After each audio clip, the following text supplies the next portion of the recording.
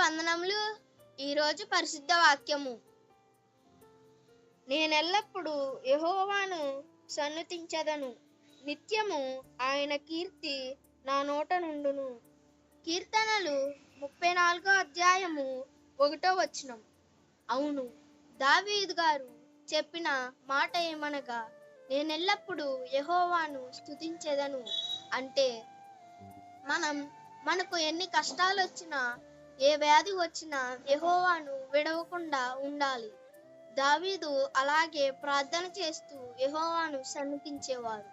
అవును, ప్రార్థన. స్తుతి స్తుతి స్తుతి యేసు. ఈ వాక్యం చెల్లించుగా మీరు నందుకు వందనాలు యేసయ్యా. ఈ వాక్యం వినిచిన వారిని దీవించండి. ఈ వాక్యాన్ని వాళ్ళ జీవితంలో నెరవేర్చండి యేసయ్యా.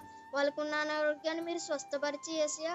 వాళ్ళు ఎల్లప్పుడూ ఎక్కడికి వెళ్ళినా ఎప్పుడైనా యేసయ్యా మిమ్మల్ని సన్నిధించేలా, మిమ్మల్ని కీర్తించేలా దావీదు వలె యేసయ్యా ఉంచమని ప్రార్థిస్తూ, ఈ వాక్యాన్ని వాళ్ళ జీవితంలో నెరవేర్చి ఈ రోజంతా నడిపించమని ప్రార్థిస్తూ, నజరేయుడైన యేసుక్రీస్తు నామములో అడిగి అడుగుచున్నాను పరమ తండ్రి, ఆమేన్. ఈ వాక్యం మీ జీవితంలో నెరవేర్చబడును గాక.